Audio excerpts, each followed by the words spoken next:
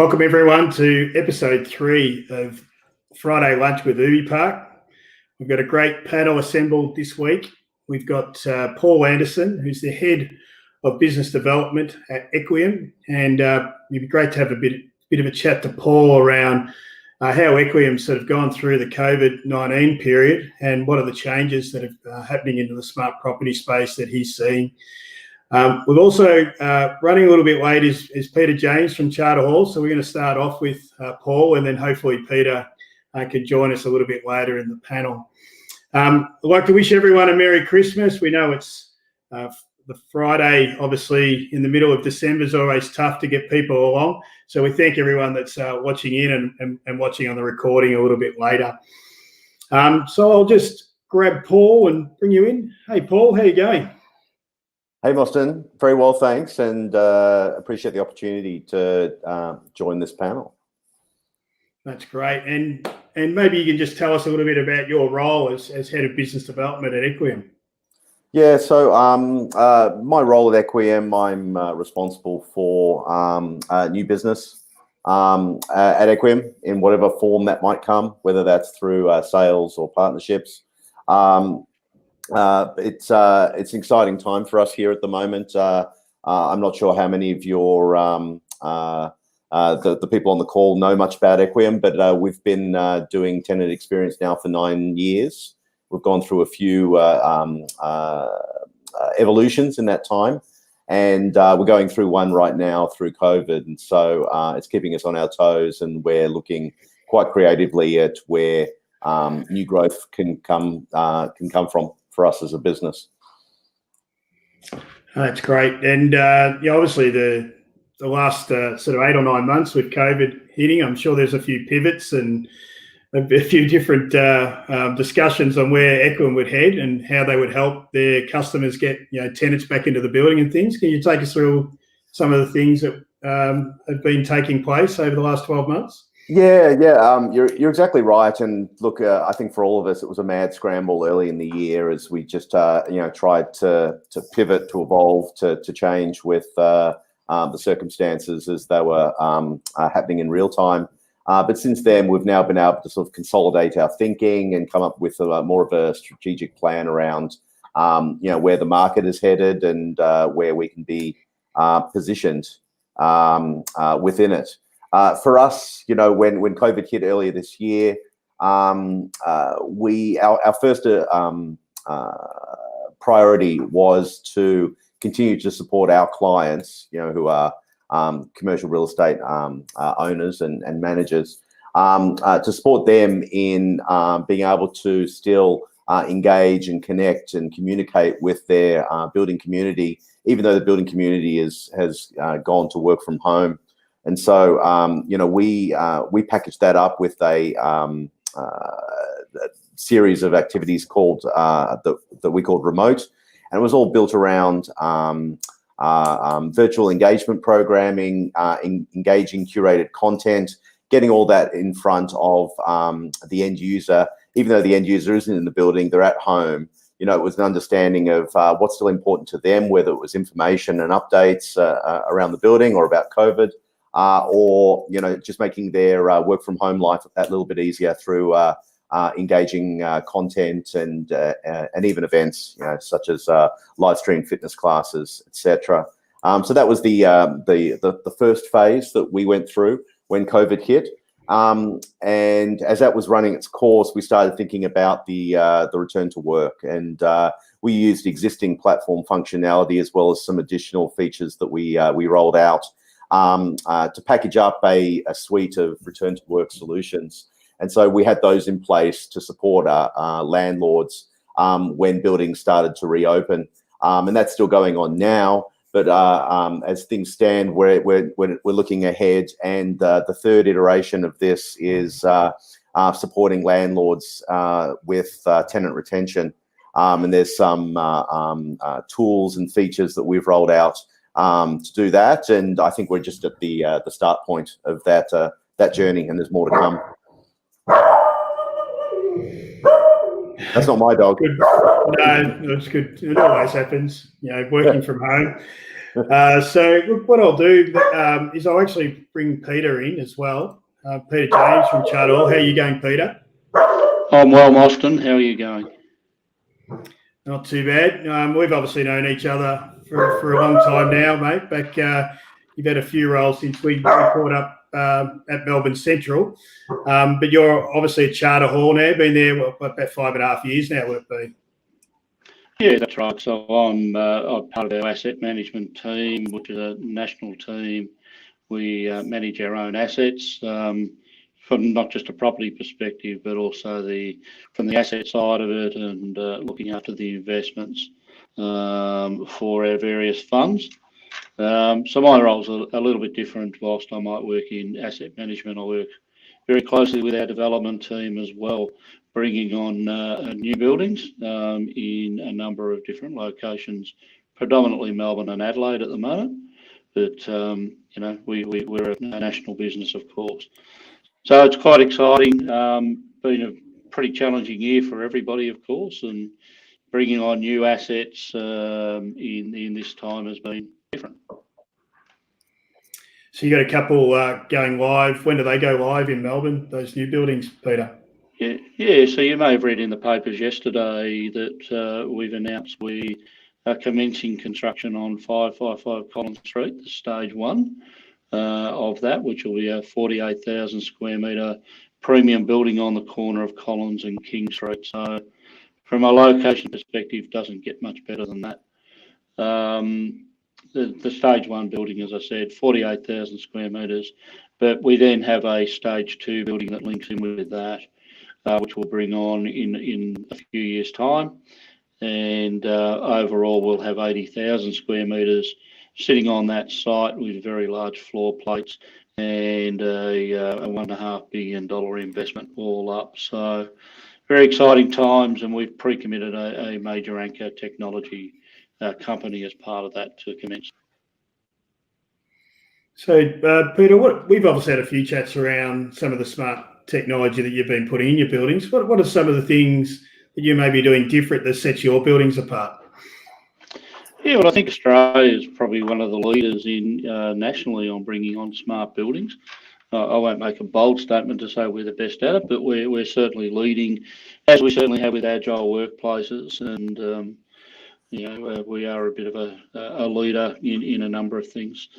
So look, I actually prepared a couple of slides which Mostyn I've emailed to you. I don't know whether you can bring them up, but we look at a number of facets of the building, but ultimately all of the technologies that we incorporate into our buildings are either looking to make the workplace a smarter workplace for our customers, making the experience more comfortable for the users of the building, and the users of the building are not just the tenants and their staff, but the communities that enter into our buildings. So from a security side, as an example, we look at technologies that are now utilising smartphones rather than the cards that we've all had to carry around and the dogs chew up. Might be your dog there, Mostyn. They get lost all the time. You forget them, you leave them at home, whatever else. But we never forget our mobile phone. It's part of what we do every day. To use the Equiem platform, of course, on our smartphones, or Charter Hall, we have our own app. But we're using those technologies a lot smarter. We can enter the building using a digital pass. We can call a lift as part of that digital pass system. It knows where you need to go. From a visitor point of view, linking in our visitor management system to that digital technology, it can announce when your guest has arrived and coming up in the lift. It actually greets them when they walk into the building using the geofencing technology. Instead of having to visit a concierge, sign in, it actually automatically signs them in and signs them out. So, just providing that frictionless experience for everybody. And look, also ordering your daily coffee. I mean, using those technologies, we can set it up to, again, when close proximity to the building, do you want your daily coffee order, yes or no? So it's about convenience. Lots of those different things, but we have to put in very smart backbones for our buildings, a very smart data network where all of our systems are integrated. We have great visibility about how our buildings are performing. We give our customers a dashboard that's curated to what they're interested in seeing, and it's giving them live information about how their space and the building's performing. We integrate that in with things such as the sustainability metrics, energy, water, waste, smart bathrooms. We know, flush rates of cubicles as an example. So, buildings are becoming very, very smart, and the day of the old mechanical engineer or the ship engineer are a thing of the past. It's really from a technology point of view as to how we manage our assets smarter and better. I've got a whole list of them. I could keep going, but I think the slides probably would do it more justice. I haven't seemed to get those slides coming through, but we will get them off you and we will add them to the video for the people with the recording. We'll definitely send them out for you, Peter. Maybe if I can ask, obviously through the COVID-19 period, maybe Paul, you could sort of, is it sort of touchless and contactless solutions, getting people back into the office? Was the smart, the Equiem app, it's white label for a number of different property owners. Was that being downloaded more and being used for these sort of things? Yeah, absolutely. And I think it's worth pointing out that one point of difference between our platform and some of the others out there in the market is the fact that we are both a desktop platform as well as a mobile app. And that distinction was important through COVID because we saw user behaviors and preferences changing through COVID. And, as people were working from home, it didn't really make sense for them to pull their mobile phone out and do a live stream fitness class or digest the content coming out from the building through their mobile phone. It made much more sense to do it through their desktop. And so having both of those channels is an important distinction for us and one that we'll continue with. When it comes to the workforce now returning to the buildings, absolutely. We've seen usage and downloads of the Equiem app increasing in the sites that we're in. And that's partly driven by the fact that its use is being mandated by management to control things like building arrival times to make sure that there's no traffic jams in the lobby, people waiting for the lifts, or booking times in end of trip, for example. You can do all of that through the Equiem app, and therefore, you've got to have the Equiem app to be able to take advantage of those building services and amenities. So, absolutely, it's made the we've always needed to hone our value proposition to make sure that we're in that must-have category rather than nice-to-have. And COVID's been good for us in that respect because the Equiem platform is the tech solution to get all of the information, content, and services and amenities to your building community. So it's been good for us because it's actually served to prove out our value proposition a little bit more. Yeah, and Peter, were you seeing demands from tenants looking for different ways to get people into the building, for instance? Oh, look, I think that it's been a big challenge for everybody as to how we now manage, a 25% density currently moving to a greater rate in Melbourne, where we sit Moston, from the 11th of January. So how people are actually managing the density, not just within the building, but within their own premises, has become a bit of a challenge. Some tenants previously have had systems where a booking management system for desks and being able to track. I've seen some very good versions of that, but in the main, most of our customers just don't have that sort of technology. So that's going to become vitally important next year as to how we manage desk allocations and density, particularly as we move more to flexible working from home. As I think we've all now seen this year that we've been forced to do it and forced to invest in technology, that it actually does work.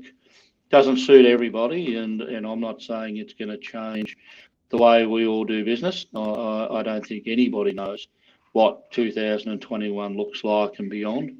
I think the whole thing does change once the vaccine's rolled out, so we'll see. But I do think there will be greater working from home and greater flexibility in the workplace.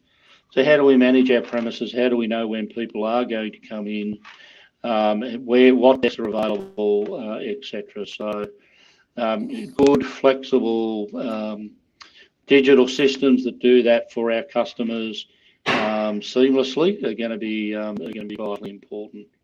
And I think we've certainly seen a greater increase in download of our own app. A little bit different though with Equiem, that all of our building systems we're integrating into there too as one-stop shop. So it actually becomes pretty important for people in their building to use the app rather than a nice to do.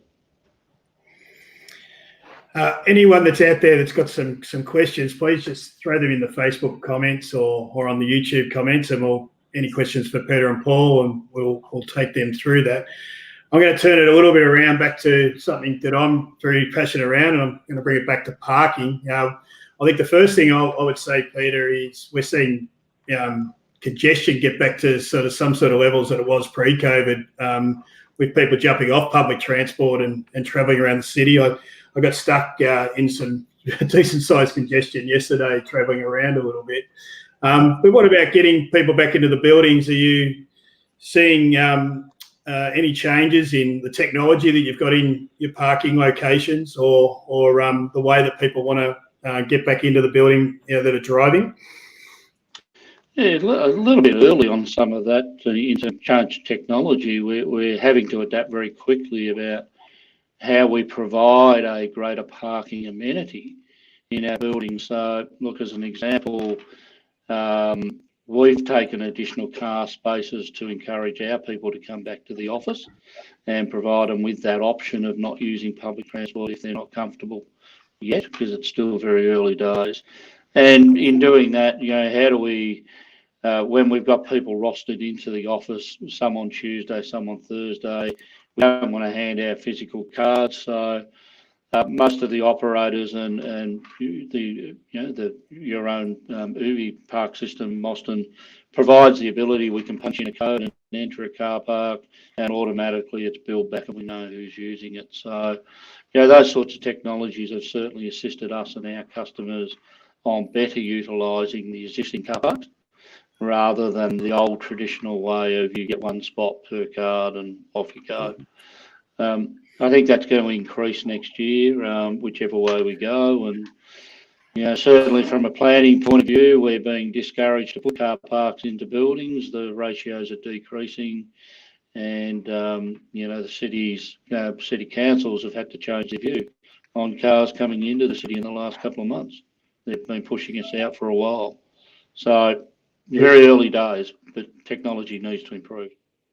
Yeah, definitely big changes with the City of Melbourne obviously offering free parking, which would be completely against their 2030 traffic plan that they put out last year.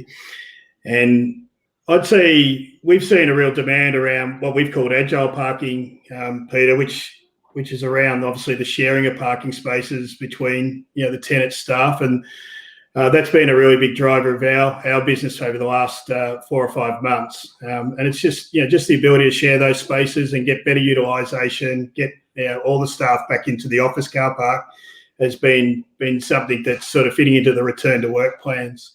Mm-hmm. What about you, Paul? Have you seen sort of any areas with Equiem and parking?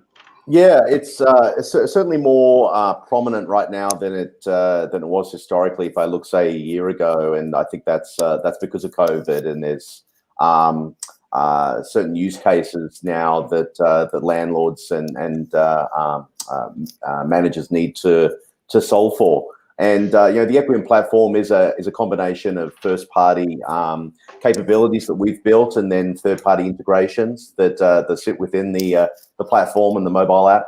And parking's going in that direction as well, where it's more important than it was, and we recognise the need to have some really good parking technology as part of the user experience delivered through the Equiem app.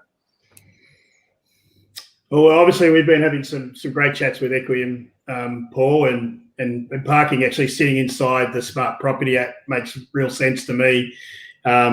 Obviously, you're using the Smart Property app to maybe get into the building or order a meeting room or buy your coffee. It makes sense that you're doing your parking as a service through there as well. Absolutely. Yep.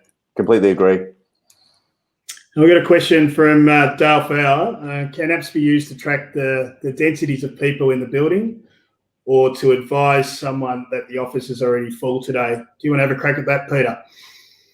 Yeah, sure. I mean, there's already some very good technologies around that. And how do we do that without people having to sign in, as an example? So we've seen some very good premises that are using facial recognition on CCTV, as an example, where they've actually removed the security barriers and are just managing security on their floors by having cameras with facial recognition. And what that's allowing them to do is it's actually monitoring desk utilisation as well. It obviously picks up if somebody's not meant to be there, and they'll have a guard or somebody come and talk to that person. So very good ways of picking it up early. Obviously, managing density is part of that.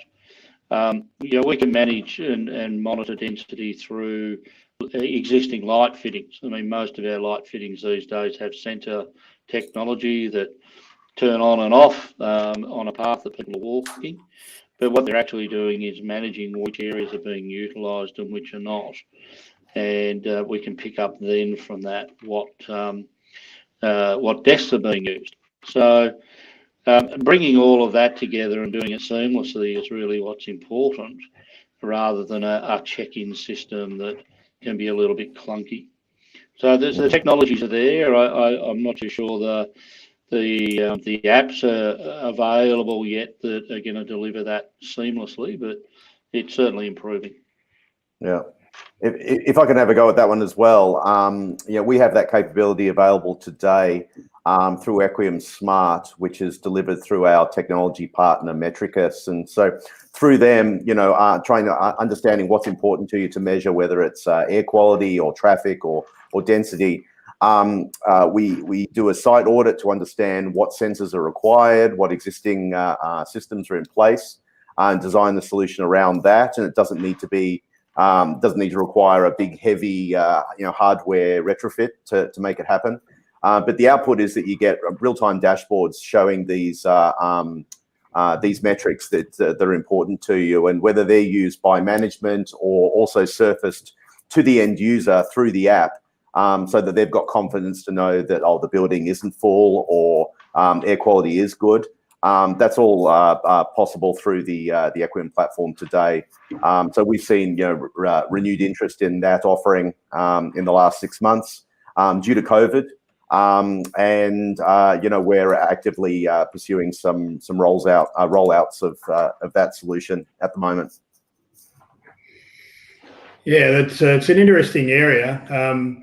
I mean, maybe putting our crystal ball on and having looking at over the next 12 months into 21. Paul, I might start with you. What do you see the trends being going forward? Obviously, as we come out of COVID, and the world's in different areas. Obviously, Equiem's in a lot of other international markets, but what you're seeing in the US and the UK is probably completely different to what you're seeing here. It'd be good to get some insight on what you sort of see, how Australia might come out, but also the rest of the world, and how that might be different. Yeah, look, it's an active discussion that we're having internally, and no one has all the answers. And you're right, we are seeing different trends emerging in the different markets that we serve, and that's forcing us to be very versatile in how our platform operates and the capabilities of it. Because we're going to need to do some things over here that maybe they don't need in the US and UK, or vice versa. And so we need to have a really robust, versatile platform that can do all of that. I think looking forward to 2021, it's going to be an evolution. It's not going to be something new as such, and I certainly don't think we're going to return to where we were pre-COVID. if I had to summarize in a word, I think it's around convergence. We've historically focused in on the tenant experience space, and there's some narrowness to that. I think more naturally, we're going to expand to cover the entire workplace experience, and that covers everything, including flex space management, smart buildings, bringing the occupier into the equation a little bit more. But moving in the direction of having a true umbrella app which delivers a seamless end-to-end experience for any occupant in the building. That's the direction we think we're headed, and that's just an evolution on where we are right now. Because as a tenant experience platform, we're already doing some of that, but it's taking that to the next level. Expanding the remit of what a customer experience platform looks like and should do. And so, we're on that journey, and I'm excited to see where we're going to emerge through 2021 as we roll out new features, new products, and expand the breadth of our offering outside where it's been historically. Yeah, I think there's a lot to take in there, actually. But Peter, where do you sort of see? I think working from home, is that going to have an impact on how many staff are actually in the buildings, in your buildings, and do you see that sort of as an impact that might sort of come back somewhere in the middle? So it may not end up where it was pre-COVID, but as we've gone and all working from home, I suppose at the moment, do you see that coming back somewhere in the middle where there's a mixture of people in the office and at home? Gee, Mostyn, as you said before, I've been around for a long time, so I've seen a few different cycles we've been through. This one feels very different again, like they all tend to. Look, I think, as I said before, I think there will be a greater degree of flexibility around the workplace, and people working from home, we've proven that you can do that. But, I think the way that we use our workspace will be quite different. Are we going to get back to a battery hen situation of a 1 to 6 density of people working together, as some people in the industry were pushing towards? I don't think so. I can't see us returning back to that model next year or beyond. Our buildings are being designed, the modern day buildings are being designed to 1 to 8. In terms of the mechanical services, the lifting, the fire protection, etc., and bathrooms, which is a good thing, because what it means is that we've actually got more fresh air, as an example, available within our buildings, and we can occupy it with a less density, but getting the better services as a result, a healthier environment. So I think it will be a bit of a shift in the middle, if you like. We might have a few less people in the office, but those people will be less congested within the office. So I actually don't see a big change in the requirement for the amount of space that some tenants will have. I know there's a great deal of people subleasing at the moment, but that's I think a reaction that will moderate next year. You asked me where it will go beyond that. I wish I had a crystal ball, but I think what will occur is that the newer buildings that are able to provide healthy environments will be in demand.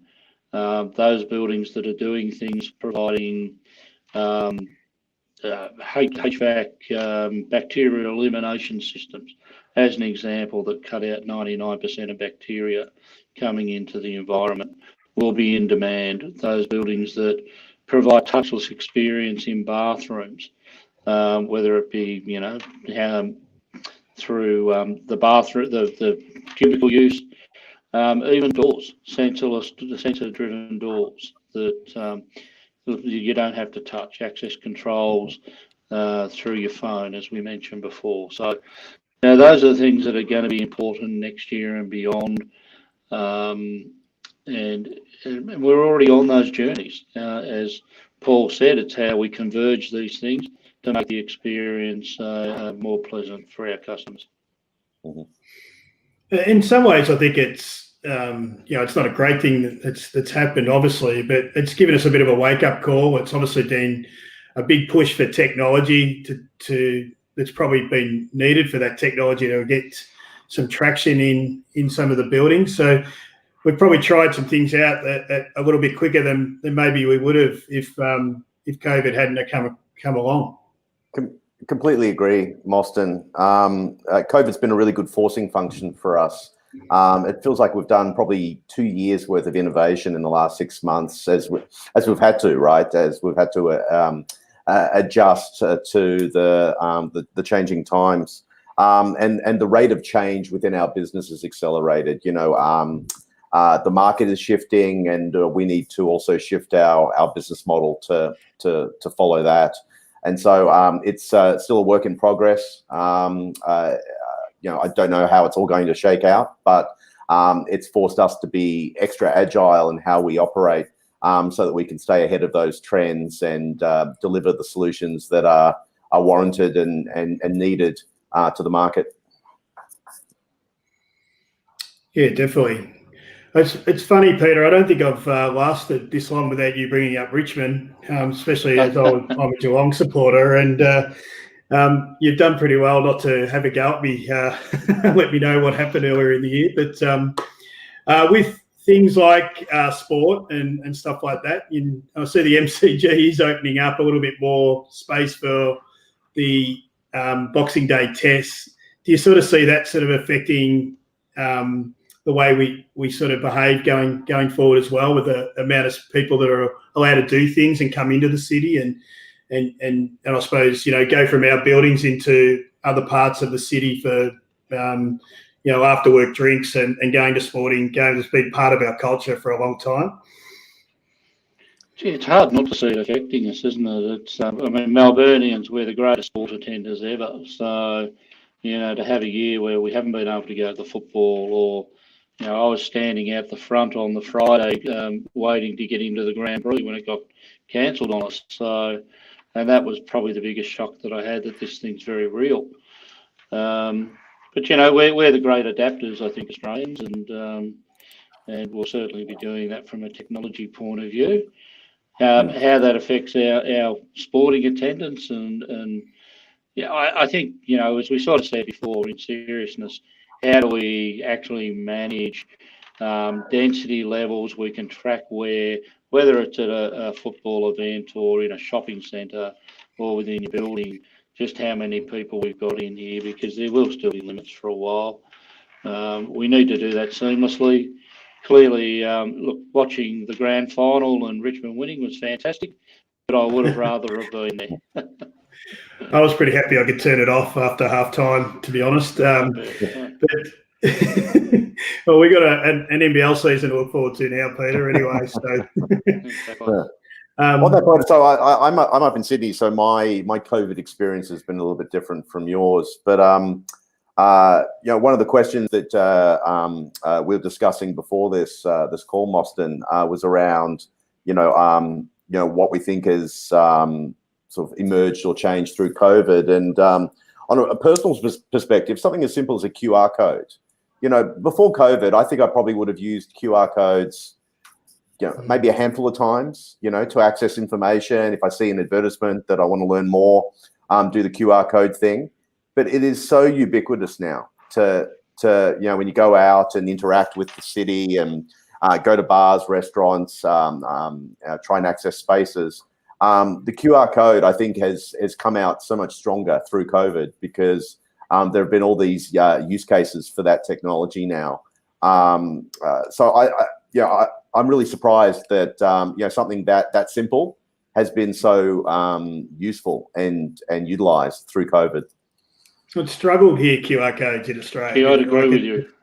It didn't take off. It was obviously QR codes in other parts of Asia, for instance, were massive. But I sat down at a bar the other day, and I didn't have to leave the table. I scanned a QR code and placed an order and paid. And I'm sure we're going to see those sort of things hang around, to be honest, because it was a lot more efficient for the bar, for the hotel as well. So I agree with you there, Paul, for sure. The funny one, and someone will have to explain it to me one day because I really don't know. We all downloaded the federal government COVID app, and I actually thought that was the purpose of the app. But I agree with Paul. I think QR codes have taken off. I never used to use them at all, but I've certainly found it a seamless experience, which has been a good thing. Yeah, definitely. I mean, obviously the contract tracing part of it, but I suppose using a smart property app like Equiem, you're going to have those contract tracing points, I suppose, Paul, anyway, aren't we? That's right. Yeah. We're with a few of our clients down here in Australia. We're looking at integration with Proxy, which is not just an access solution, but also an identity solution. And through them, you can do things such as you can install proximity sensors, and then you get the information that user X is in a certain space or room or at a desk. And there's certain things that you can do with that information to enhance and make more seamless the user experience. So yeah, there's a lot that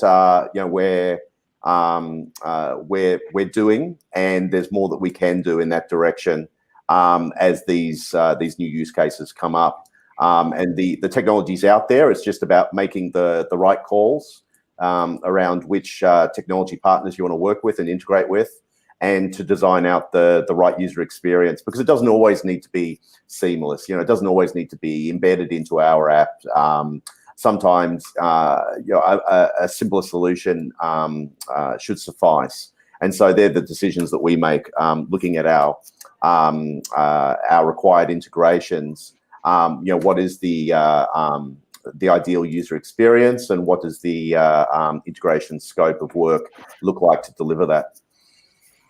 Yeah, I think some of the just on that, I might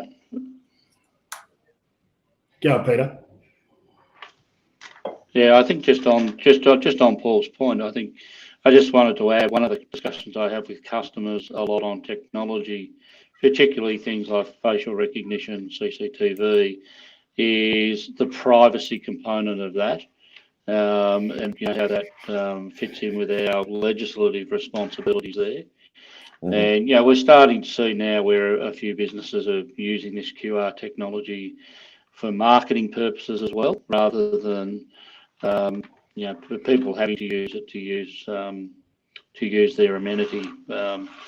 So I think we just need to be a little bit wary of the technologies that we're bringing in and how they're applied, and be conscious of those obligations and generally what our customers expect. Mm-hmm.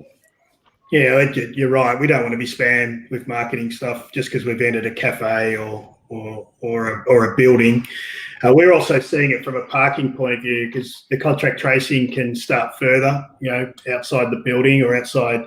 We're talking to a couple of sporting leagues around how they can track fans from the time they leave home all the way through. So if there is a COVID case, they're able to track it a little bit further, or if there is cases in a particular demographic or area, they're able to know where that person's actually coming from into the event as well. So the great thing is we can plug that technology into all sorts of different applications to extend the contract tracing part of it. Yep. I might finish it up there. We could talk about this stuff, I think, for ages. But Paul, maybe before we finish up, I'd love you to give us a little bit, maybe even just go for it, mate. Give us a bit of a plug for Equiem and how we can get in touch with you if anyone out there would like to know more about Equiem. Yeah, absolutely. Look, for those of the people listening in that aren't familiar with Equiem, so we deliver comprehensive tenant experience solutions to commercial real estate, and that's built around our modular technology platform. And when I say platform, it is both the desktop portal as well as the mobile app. And then we also offer engagement services and on-site concierge services that wrap around our technology as well. So it can be a true full suite solution, or you can just start to cherry pick those components of our offering that make sense for your asset and your objectives. And so we've been doing this for 9 years, headquartered in Australia, but we've now got offices in London and New York. We're in over 200 buildings. We've got 175,000 active users on the platform today. And so, if there's, if you have an asset where you're starting to think through what sort of tenant experience you want to deliver in this post-COVID world, then please feel free to reach out to me. And LinkedIn's obviously a good spot to get you, mate. Or if anyone wants Paul's details, just send me a note and I'll put you guys in touch. Peter, what about Charter Hall? What's the next big thing coming for you? And is there anything else that maybe the listeners might want to hear around what you're doing? Look, we don't stop. That's the thing that we've found. We've grown by about $7 billion over this last financial year, or calendar year, including the COVID period. So it's been a very interesting ride for us. But look, obviously we're an Australian real estate property group. We're one of the largest in Australia, and whether it's office, retail, logistics, industrial, etc., even in social infrastructure with childcare, etc., we provide a lot of solutions for Australian businesses and mums and dads. Ultimately, we don't forget the fact that the capital that we look after is the future of mums and dads' retirement. So it's very, very important to us. So look, I just say that we have a solution for anybody from a property occupier point of view. Just reach out to us, and we're more than happy to assist. Well, thanks very much for coming on. I'd like to wish everyone a Merry Christmas and a safe and Happy New Year. I think everyone will be happy to see the end of 2020, and we'll look forward to moving into 2021. I'd just like to say this is obviously our last Friday lunch for the year. We're going to give January a miss, have a bit of a break, recharge, and we'll get back with a great panel again in February to kick off the 21 series of Friday lunch with UbiPark. So thanks everyone for listening in. Thanks to Peter and Paul again for giving up their time, and have a great new year. And we'll see you in 2021. Thanks, Mostyn, and thanks, Peter. Have a great guys. Thanks, guys. Have a great break.